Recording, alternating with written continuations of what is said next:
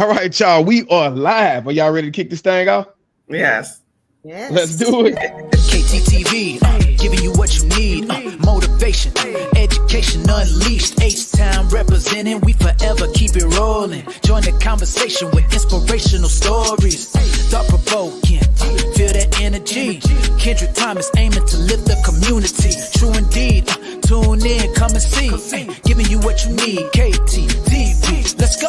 Hey, KTTV. Hey.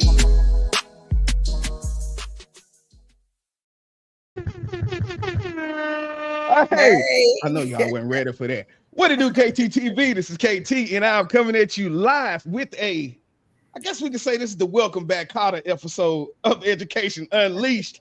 We've been taking a break. We've been putting together a few nonprofits. Been inside of the work, y'all. And so when you're inside, sometimes it's hard to get back to a lot of those things outside. But tonight, we are back. So how y'all doing tonight, ladies? Doing well. I'm doing well. Thank you for having me.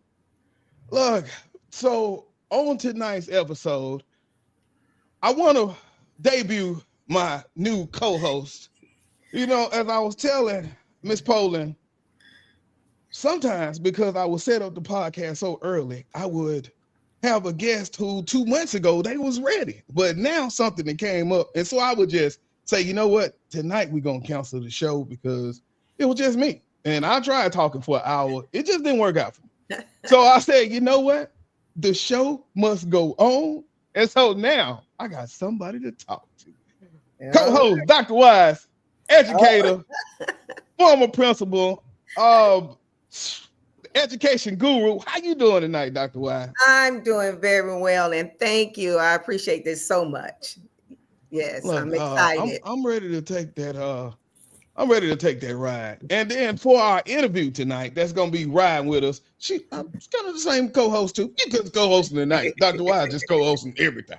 So we got Miss Catyra Polland. I'm just, you know, when I came into this, I said, I think I'm gonna get my Shannon Sharp on. And you know how that boy read everything. So I pulled up the bio. Do you mind if I dive into that thing tonight, Ms. Polland? No, sir. Go right ahead. Oh, it says, welcome. I'm Catyra Polland, the CEO, founder of Love for Words, a 9-time published author, editor, copywriter, poet, and speaker. I am also alumna of the University at Buffalo and the University at Albany. I help creative people with professional editing services while supporting their vision. In this capacity, I serve as a mentor and supporter of each writer's creation. Wow. Yeah. So that's how you doing. Wow. Let's go with the honors. The point of light honoree. The Richard S. Holden ACES Diversity Fellow. Rochester Business Journal 40 under 40. Cystic Fibrosis Rochester's finest honoree. Athena International finest. Rochester Business Journal Elevating Women honoree. And the Urban League of Rochester Legacy Award. Wow. When you got it done, you got to get it done. All right, yes. So Ms. Polland, how you feeling tonight? And thank you for taking this time. I'm doing very well, and thank you for having me again. I know it's been a while since I was on here last, so I'm excited to have another conversation and glad that you're back doing your podcast again.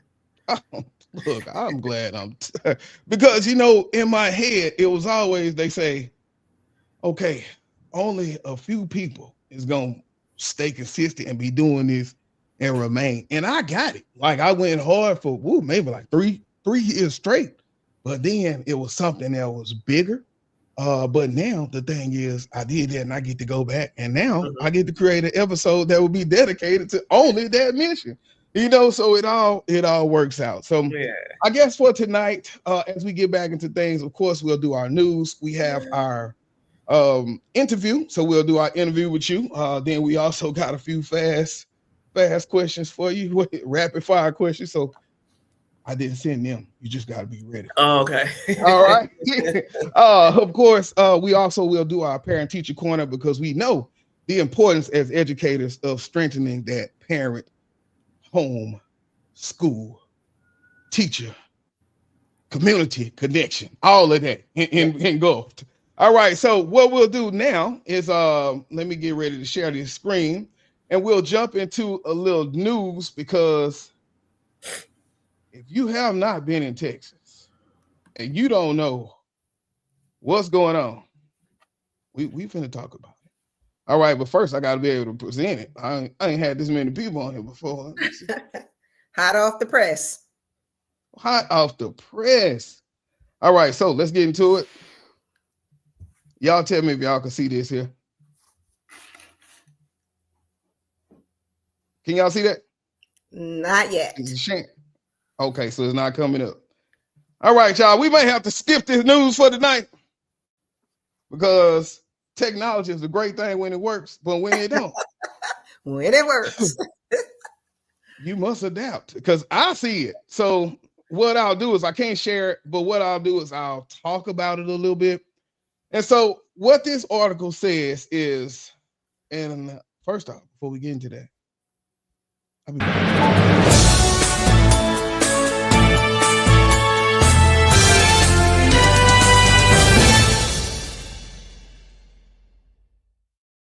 So in this article, if you don't know, Texas has been going to war with each other over school vouchers, the effectiveness, the tearing apart that it may do, either way how you look at it. Greg Abbott said, you know what? Y'all denied me 2 years ago. What he did was went on a campaign in between to get everybody out of office who denied him, right? Who went against it. He was successful on getting out a few more people. And so here we are again. The Senate passed the bill last time. The Senate has just passed it. This time, moving on to the House, where it got shut down last time. But remember what I said. He was working hard to put a few more people on his side into that situation. So that's a recap. Now, as we get into this article, I want to give a shout out to Austin American Statesman. They says, what are school vouchers in Texas? What to know about Senate Bill 2. So Texas Senate easily passed the school voucher bill Wednesday night. The Senate bill would allow 2 families to use taxpayer dollars to fund a child's education at an accredited private school. Senate Bill 2 would allow, once again, families to use taxpayer dollars to fund a child education at an accredited private school. That's your money if you're in Texas. That's my money. And let's talk some more. Though similar legislation fell through 2 years ago, Republican lawmakers seem hopeful that SB 2 will pass. Supporters of the bill claim the program would assist low-income families and students with disabilities, while opponents warn of consequences for public schools and rural students. So what is a school voucher and how it works? School vouchers promote what is often called school choice, and they give families access to public money to pay for private school tuition and some homeschooling costs. Opponents of the school vouchers, and we know AFT, they worry such programs will sap public school funding and more students opt for a private education. Last month, Texas AFT President Seth Capo expressed concerns about how this would impact the public school districts throughout the state that are already facing deficit budgets. And so to sum that up, and Dr. Wise, you've been in that seat, you've dealt with the budget, with the numbers, but it boils down to the less students you have in that school, the less funding you are getting. So, Dr. Wise, talk to us a little bit about that, and what do you think with this article that I just talked about?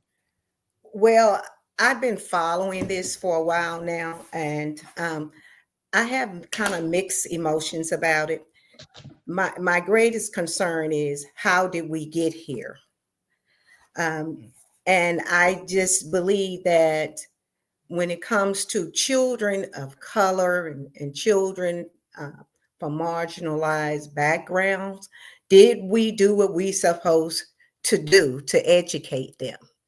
And African American students still lag behind their white peers But my other concern about the passing of the school choice is there going to be enough money so that children from poverty or marginalized background, can their parents afford to put them in the better schools? I believe, what is it, Doc, 10,000, and if you have a disability, you get an additional 2,000, something to that effect. If I am a parent and I want to put my child in this private school that's supposed to be one of your better school, can I afford that? That's what concerns me. And if someone would answer that for me, I would probably feel better about these vouchers. I just think that, yes, we could have done better, honestly, in educating our children. We are still lagging behind, and that's unacceptable. So I know how that is the reason why we are here. Most definitely. Most definitely. I agree with that. You know, when you look at a problem, when you're looking for the solution, you always got to get to the root cause of that problem, right? And so school choice is, hey, where did it really come from? Why do people think that school choice will be so effective and so important that they've been fighting for years? Ms. Polland, you've been in New York doing your thing. You hear what's going on down here in Texas. What are your thoughts on that? You got any thoughts on it? Yeah, I mean, I do think school choice is important. I mean, I can see both sides. I mean, private schools are very expensive, and I don't have children, so I can see that if you weren't a parent and you're, paying for someone else's children to go to a private school, I can see the upset about that. Here in New York, we have charter schools. You have charter schools. We have charters, yes. Yeah. So, a lot of parents do choose to send their children to charters. And that presents issues for public schools. So I don't know. I just see both sides of it. So I guess I'm not swayed either way, but I do feel like school choice is important and that we shouldn't be limited just because, of our income or zip code or things like that. So it's a really, it's a sticky situation. Sticky situation. Hey, I can dig it. I understand totally. All right. Well, I wanted to say thank you all for putting in on that. I think we do have to keep watch because if this makes it past the House, we got some planning to do. We got some real planning to do because yeah. I believe in so like in the areas I serve, I believe in the community. I believe that their parents will see the bigger picture of making sure that we're all in this together versus moving. But I do know that there will be some people who lose a bunch of kids to this, and so that is the other side of it. Like what happens with that funding for that school. All right. Well, I think we will keep watch. We will take a quick break. And when we get back, get your notebook out, get your pencils, get your pens, get your notes on your Mac, all that out because I believe Ms. Polland got something good to say. So I'm ready. Hey, me too. We'll be right back. You see the drip, yeah, I'm fitted up. Hop in my car and the giddy up. Secure the bag, yeah, I get the bus. Pick it up, pick it up, pick it up. You see the drip, yeah, I'm fitted up. Hop in my car and the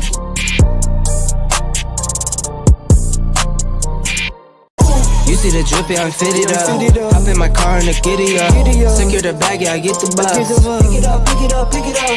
You see the drip, yeah, I'm fitted up. Hop in my car and the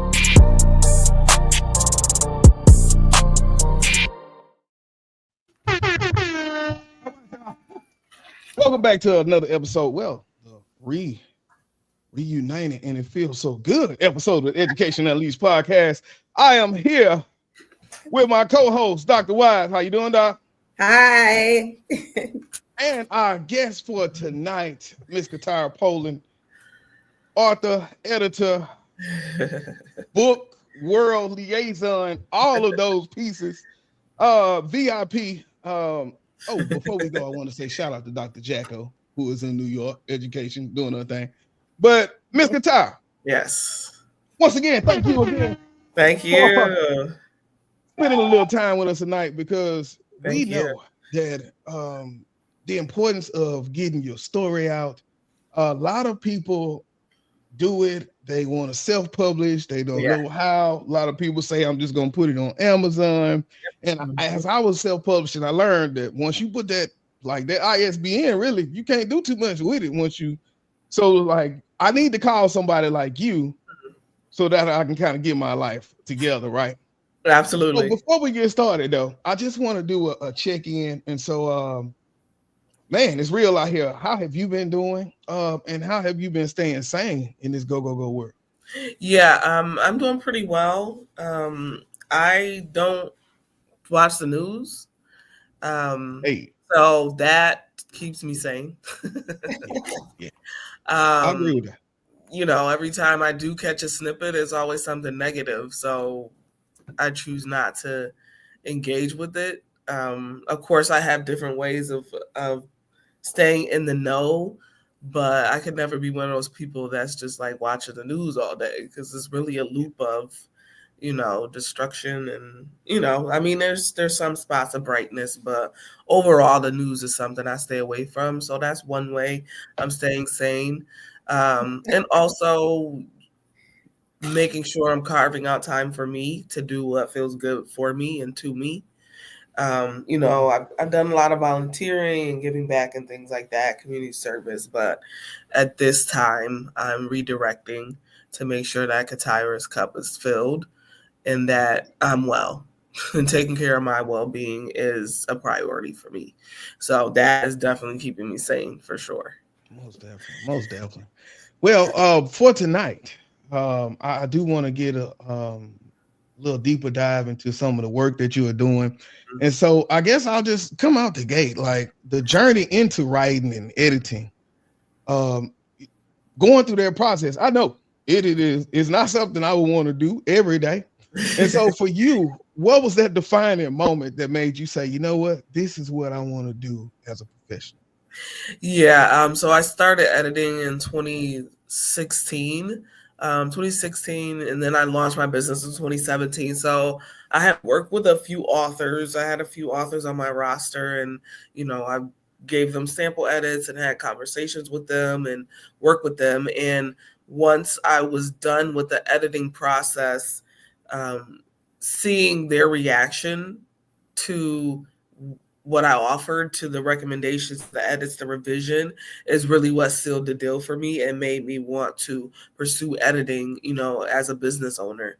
Knowing that they valued what I had to say, that they felt that what I proposed or that I recommended made their book better, that they felt that although I was offering edits, that their voice was still maintained, that I wasn't rewriting their work, that who they are as people still came from those pages, and it didn't sound like something that I wrote. So being able to read someone's story and make it better, and for them to say this is so much better because of what you've done or what you've shared, really showed me that I was operating in one of my gifts, and that is something that I should pursue, you know, for the long haul, something I should do long term. And the majority of the clients that I work with are Black authors.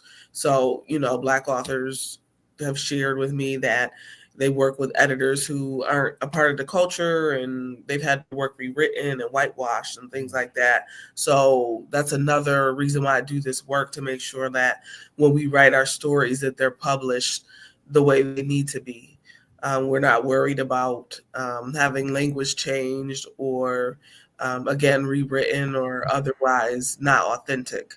So that was also another reason why I, you know, continue to become an editor, to make sure that I can welcome authors into the publishing world without them feeling they had to change who they were or the way that they were writing to appeal to the masses or to larger society, etc.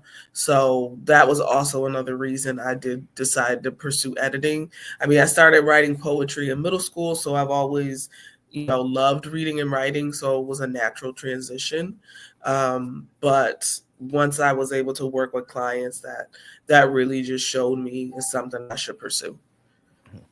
And with those stories, and I don't know if you've run into this throughout your work, but I'm sure because I know people like this. So I have this wonderful story, right? And but I feel like because of the things that it talks about and the way I may be portrayed, or either just how it would like where people would know about my past, I say Yeah. I'm not good enough to publish this, so I can't do this. So they get all the way there and then they stop. What advice do you have for writers like that? Yeah, for writers who might be hesitant to publish, I would say, be clear about why you're writing. So a lot of the clients that I work with are writing memoirs about their own lives, which of course, our lives include tragedy and trauma, things like that. So they're writing their stories to encourage other people. So when you think about the bigger picture, that should give you the motivation to move forward. That it's not so much about you, although writing a memoir about yourself can be therapeutic. And yes, you're a part of that. But when you think about the bigger impact that you have on others, that is usually the deciding factor. When people are like, okay, I've already written it, I've come this far, I wanted to write it to get it out, so why don't I go ahead and just get it out?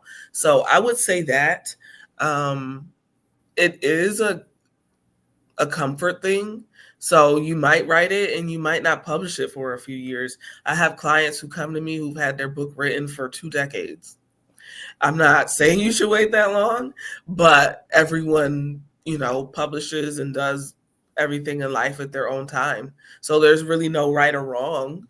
Don't feel pressured to do it, but seek people who will give you encouragement.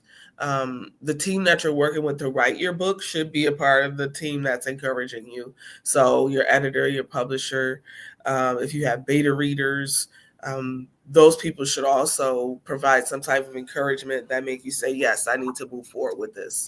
And you can continue to also sit with yourself to reevaluate. Maybe when you first started writing, your goal was to publish it because you wanted to influence or impact or inspire others. But by the time you're done, maybe you decided, I'm fulfilled in just having this written down and I don't want to publish it anymore. And that's okay.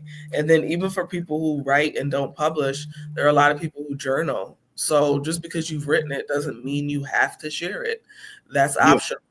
Some people do, some people don't. So just, you have to do what works best for you. There's no right or wrong. And reevaluate. You might change your mind, and that's okay too. And outside of that issue, when you're thinking about new writers, Mm-hmm. First time, like, man, look, when I tell you, I was so gung ho. Like I started writing I was coming back from Denver and I had like a nice little wait time in the airport, and that's how my book like started.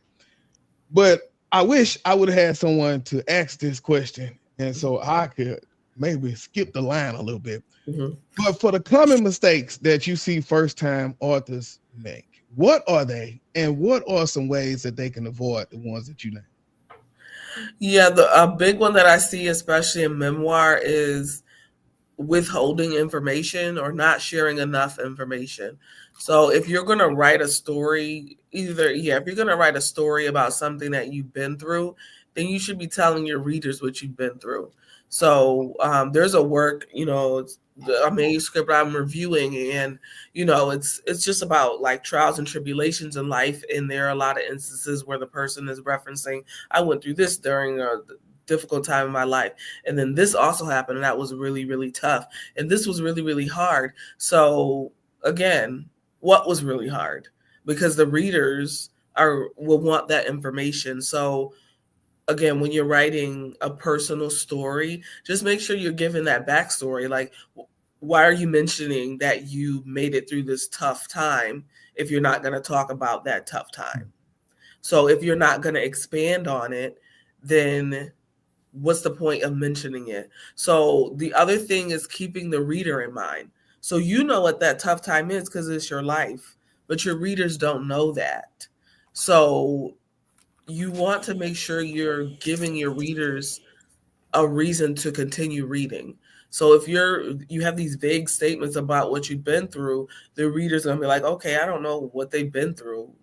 How is this gonna help me? Because I don't know, what advice to take for them. Was it domestic violence? Was it, and you don't have to detail names or anything like that, but was it child abuse? Was it divorce? Because maybe the reader wants to connect with someone who's been divorced, but because you're not talking about what you've gone through, they don't know that. So it's like, well, I picked up this book for help, but she keeps saying she went through this and she went through that and this. I don't know what these things are. So why am I reading this? So just make sure that you're giving your readers information and not leaving them hanging.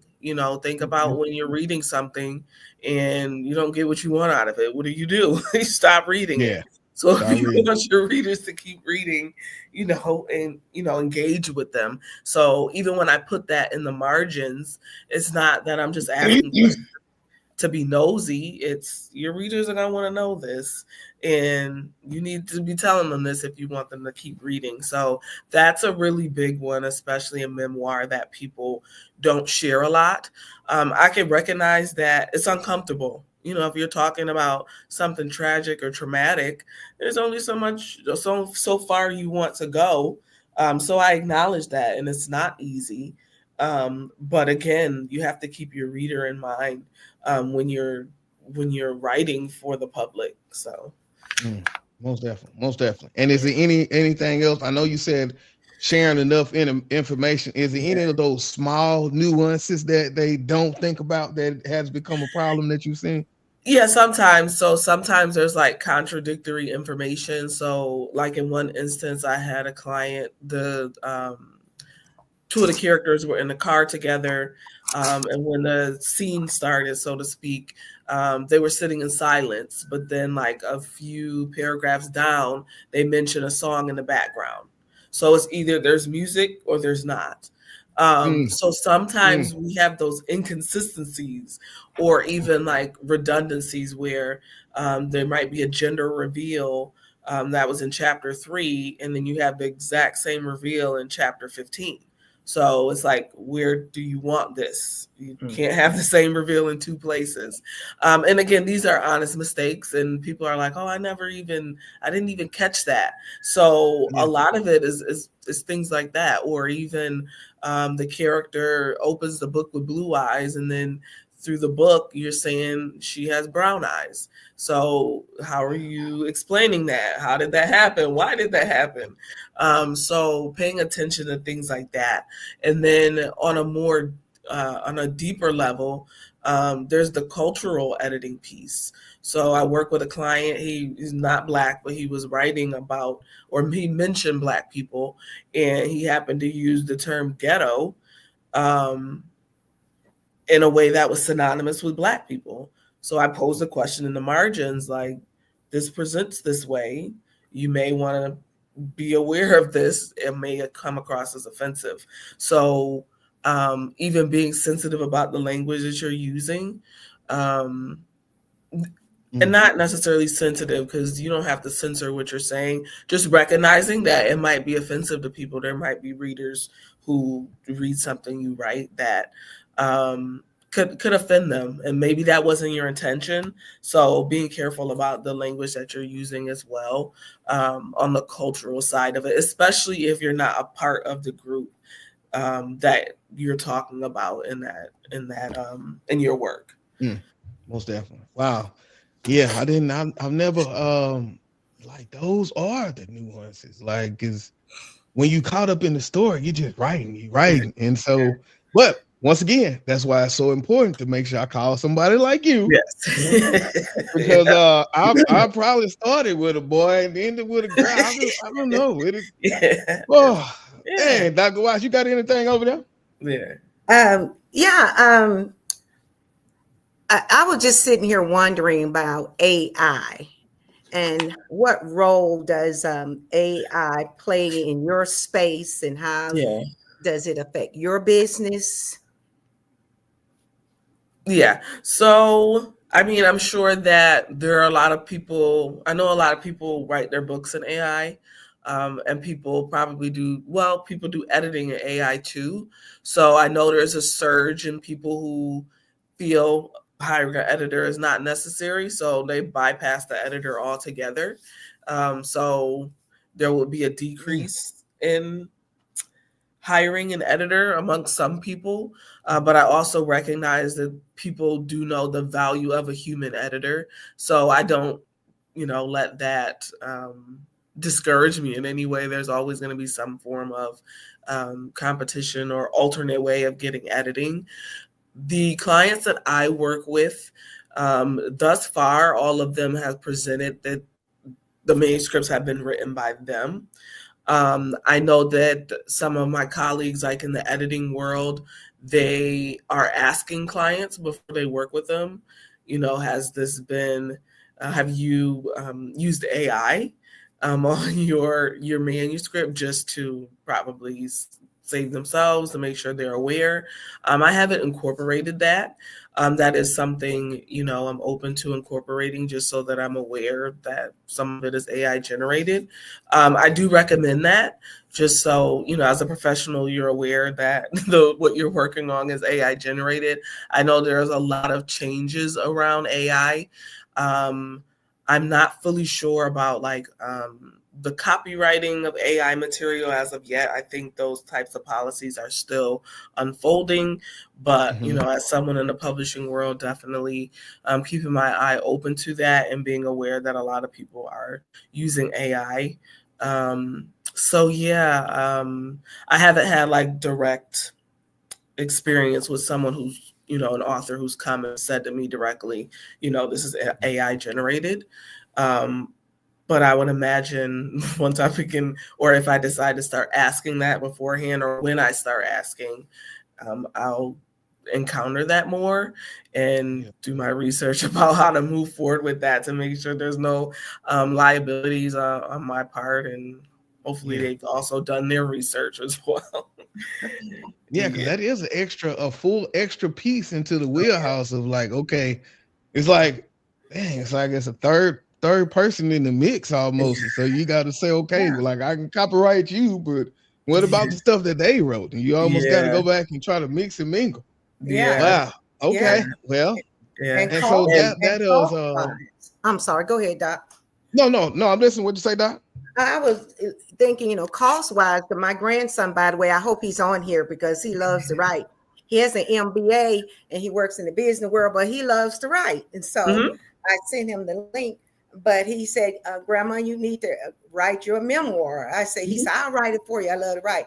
And I said, how much? And he said, $10,000. I said, no, my memoir is that important. I really said, well, I'm going to do it in AI, right? I did.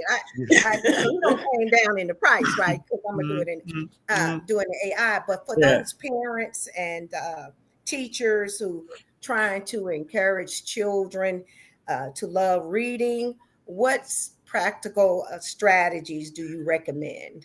Yeah. I just wanted to backtrack on the AI. So AI can be used obviously to write content, but I mean, there's other ways to also paraphrase your content. So like Quillbot, you can write it, and then if you want to see an alternate way, okay, I wrote this, but let me see if there's a different way that I like better. You can also get, feedback on what you did produce versus just having AI create everything for you. So there's pros and cons for everything. So I just wanted to back up and say that. I know some people, present AI as all bad. I mean, AI is not new. I think it's another iteration of it, but there are certainly pros to AI as well. But we got to figure out which is which, right? So yes, to answer your question about encouraging children and reading, I think the most important thing is making sure you're connecting them with material that is interesting and relevant to them. So I have a 1-year-old nephew, so he's not reading yet. I do read to him. So I have books on my dining room table. He's just tall enough where he can grab them. So, he'll look through them and he'll bring me a book. So I'll read the book that he brings to me. I don't have to choose the book for him. He can't say which one he wants to read, but he can definitely look at the pictures and say, well, this looks interesting. So I'll read that to him. And as he gets older, one thing I've noticed is he likes to dance.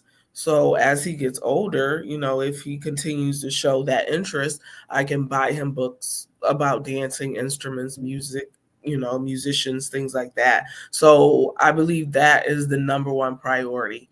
I know that was when I was in school, there weren't a lot of materials that appealed to me. I mean, a lot of the books were, about people who didn't look like me, who were oppressing people who did look like me, etc. So if you're putting this type of material in front of kids, things that are not appealing to them and also offensive to them and their families and the people who look like them, you're not going to foster a love for reading, because they're going to associate reading with disappointment, shame, anger, frustration, etc. So I believe it's extremely important for educators and parents and mentors to make sure that we are paying attention to what the kids want to read. So that's what I would say is number one. Figuring out what they like and getting them connected to that, so that at least there's a balance. So obviously there are going to be times that they'll be reading things they don't like, but they will not develop a hate for reading, because they know that they have access to books and material that they love as well. Most definitely. And I guess as we get ready to land this plane, when you think about going back over your career, the beginning of it, as you were that first-time author, what is one piece of advice you wish someone had given you at the start of your journey in writing and editing? I'm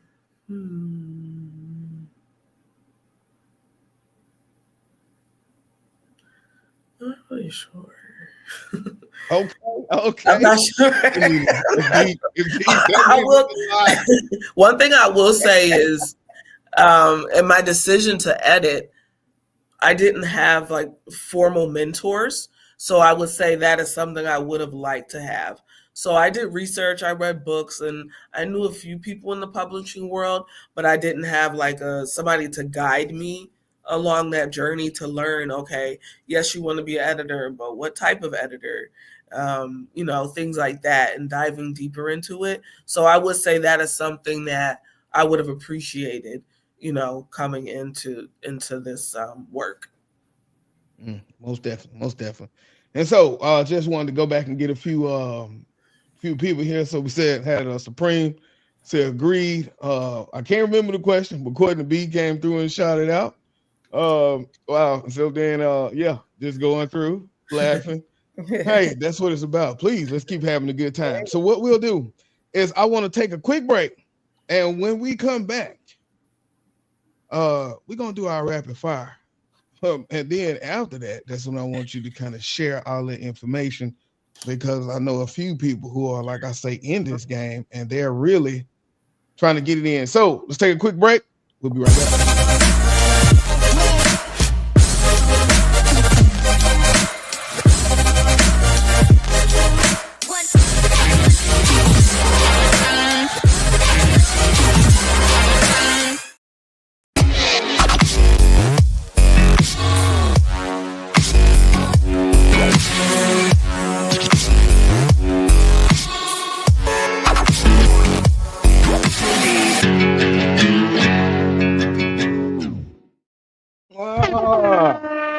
Welcome back to another episode of Education Unleashed. I am Kendrick Thomas with my co-host, Dr. Cynthia Wise.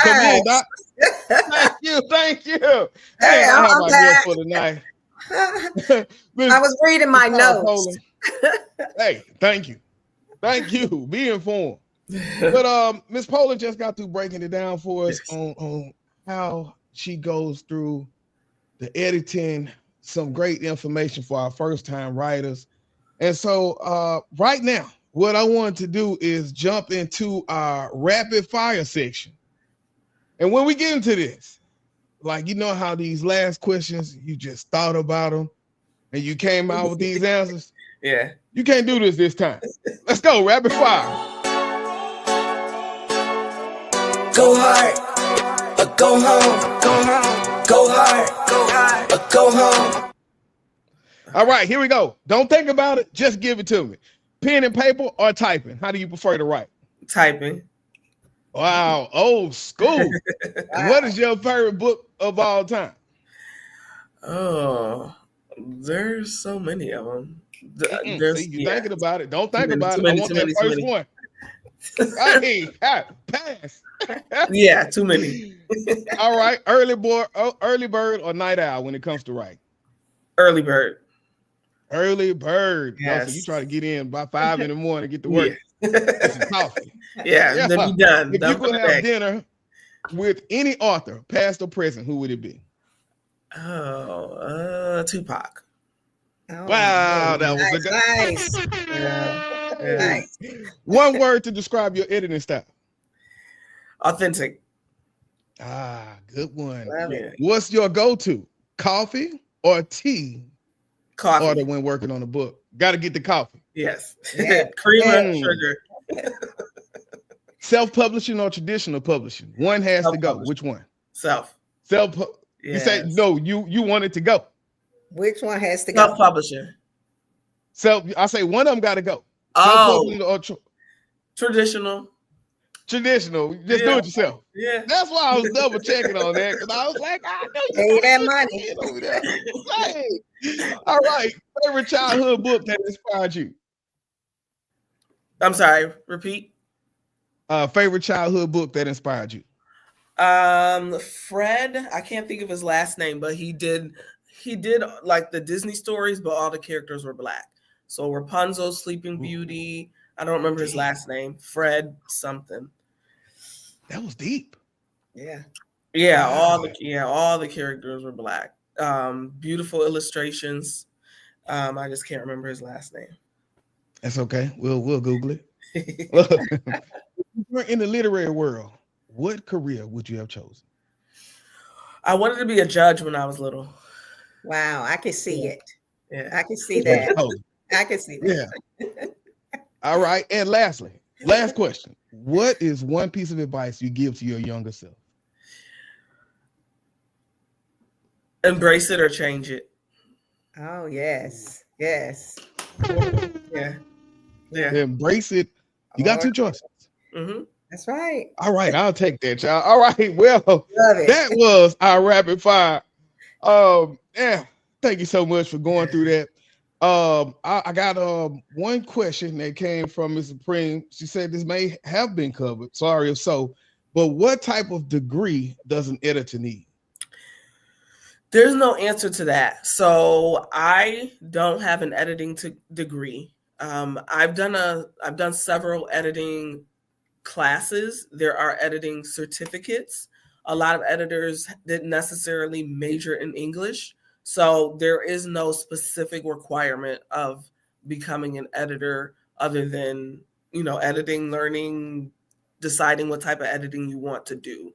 So you do not have to, have those certifications in editing to be successful, to be good at it, etc. So it really depends on what you want to do. Some people just feel better saying I have a certificate in editing. Obviously, that is, a selling point, a unique selling point for you as an editor to be able to say that you've done that. So there are definitely certificates out there, but the answer is there's no specific degree that is required to become an editor. The other piece is, of course, a command of the language that you're editing in, but official education, not so much. So like my master's is in criminal justice and my undergrad is sociology and Spanish. So You was almost a judge. Just love what you do. Yeah. Right. So if you stop, you just pick right back up and go and get your judge afterwards. Right. Let's go. All right. So, and lastly, she said, nice. A little Tupac. Hey. All right. So now, I want to say thank you for taking that time out to really just give us some of that great information. How do we find you? How do we contact you? And just learn more about the work that you do? Yes, and thank you for having me again. So yes, if you want more information, you want to know more about editing, set up a consultation, etc., you can visit my website. It's love4words.com. So you can go right on my page. You can email me. It's Poland@love4words.com.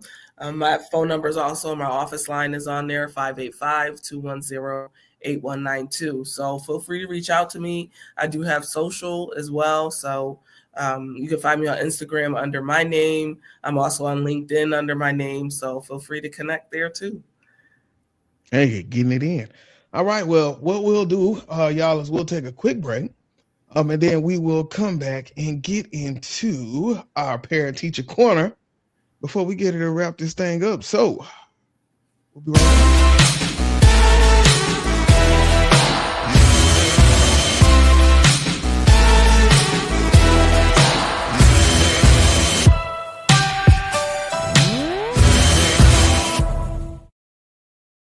And big shout out to shameless plug. Everything you've seen on these commercial breaks is all at kttv.com. I'm sorry, I had to do it. BET Awards, had to get it in. All right, now let's get into our parent teacher corner.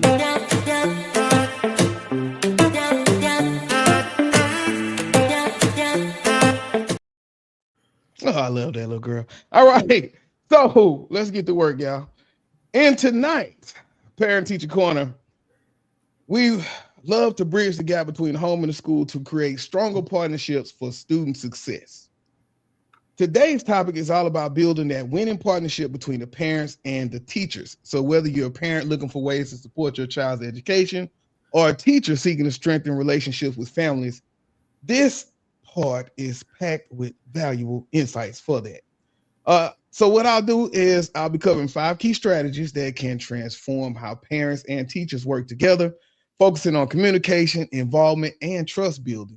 Because at the end of the day, and I think Dr. Wise would agree with this, At the end of the day, we all have the same goal, which is to make this baby successful. that's right.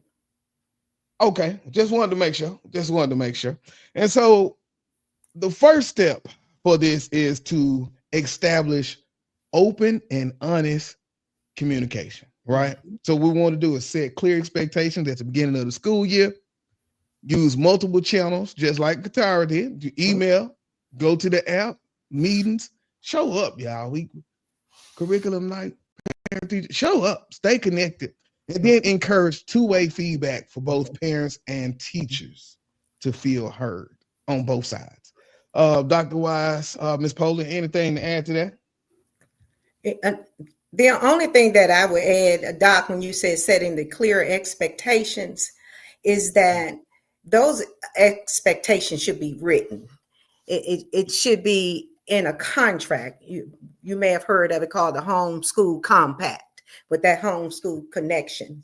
And what is expected of the teacher, the students, the parents, and administrator. If you're going to be clear, I just think they should be written, and everyone should review those, have a discussion, sign that contract. And teachers, I would recommend that teachers put the contract in the student's classroom portfolio.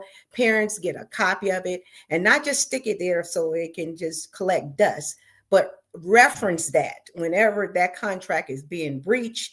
The teacher, so you remember when we agreed and that you're going to behave this way, or you're going to do this, that, and the third. So that's the only thing that I would add under setting those clear expectations. Most definitely makes perfect sense to me. Write it down. Like you say, that compact goes on every year. You got it everywhere.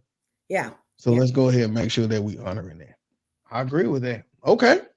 For our next one, encourage parental involvement beyond homework, right? So that goes again with attending those school events, parent-teacher conferences, volunteer when possible, support learning at home by reinforcing key concepts.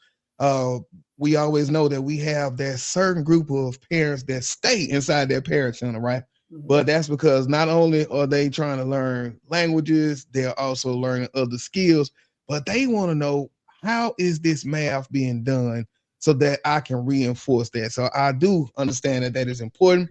And lastly, we want to show children that education is a priority through engagement. I know it's important to me, or well, as a matter of fact, it's important to me because I know it's important to my mom, right?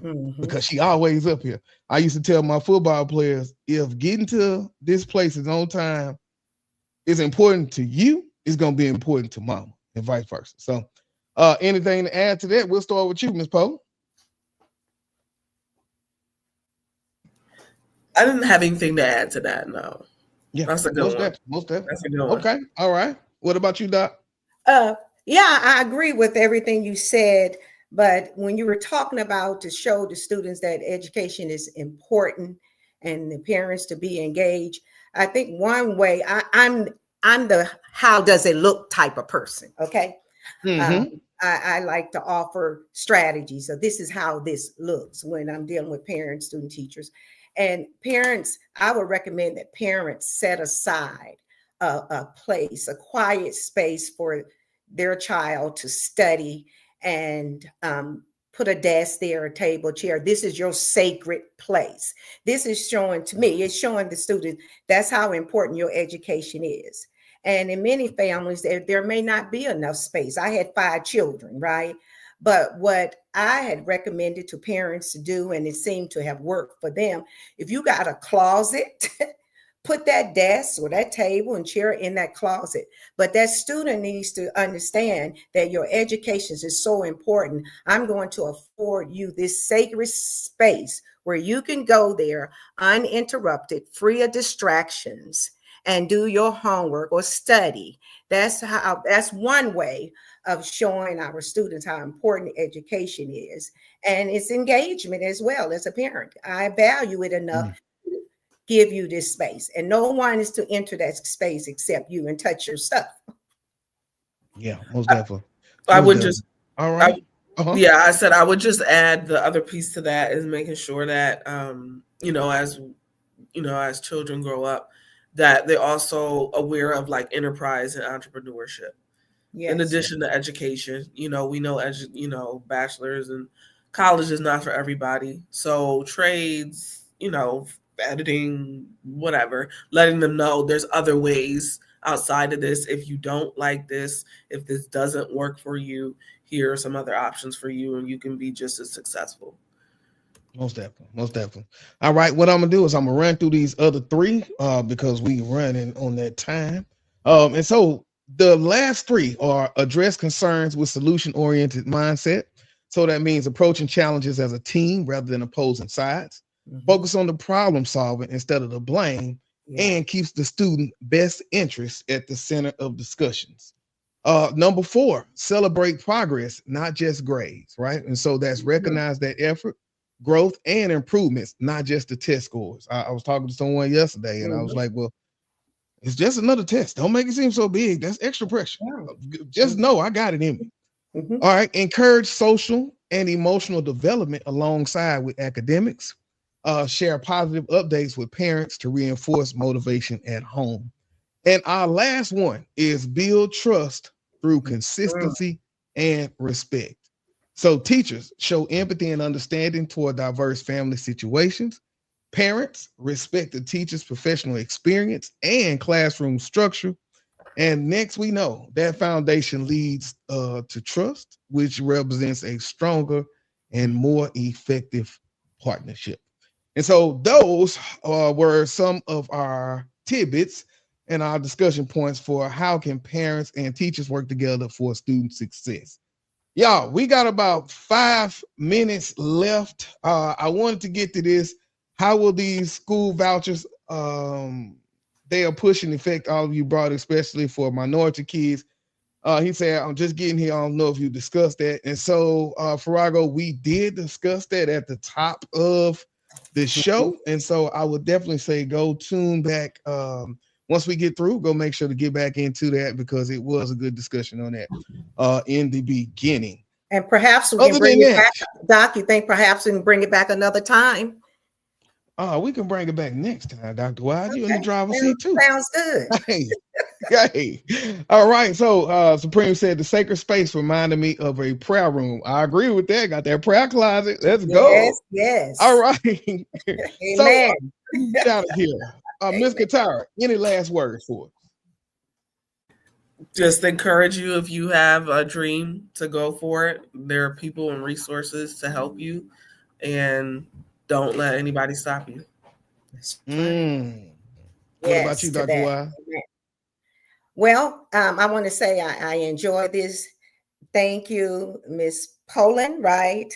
I learned a lot. I took a lot of notes, right? So I can grow from that. And thank you to Doc for having me. And I look forward to the next episode. Look, it is Thank my you. pleasure. I want to say, y'all, we will go through. We got 12 weeks except for spring break. Google your map because we're not coming out that week. I'm gonna be somewhere else. Now I'll probably be at the rodeo. Y'all know it's rodeo time, so we'll get ready. Biggest thing is, if you have not, make sure you go in, subscribe, like, share this page. We have so much great content coming. Tonight was just the beginning. So once again, thank everybody for showing up, for coming through for us for episode 1 of 12. We will see y'all next week. So this is KT for KTTV signing out. 100. This is Darnell with Broadcast Houston. This is Dr. Tamara Beckford. Hey, this is Candace. This is London Underwood. This is Kirsten Bass with Inner City Greens, and you're watching. Y'all are now tuned in to KTTV. KTTV. KTTV. KTTV.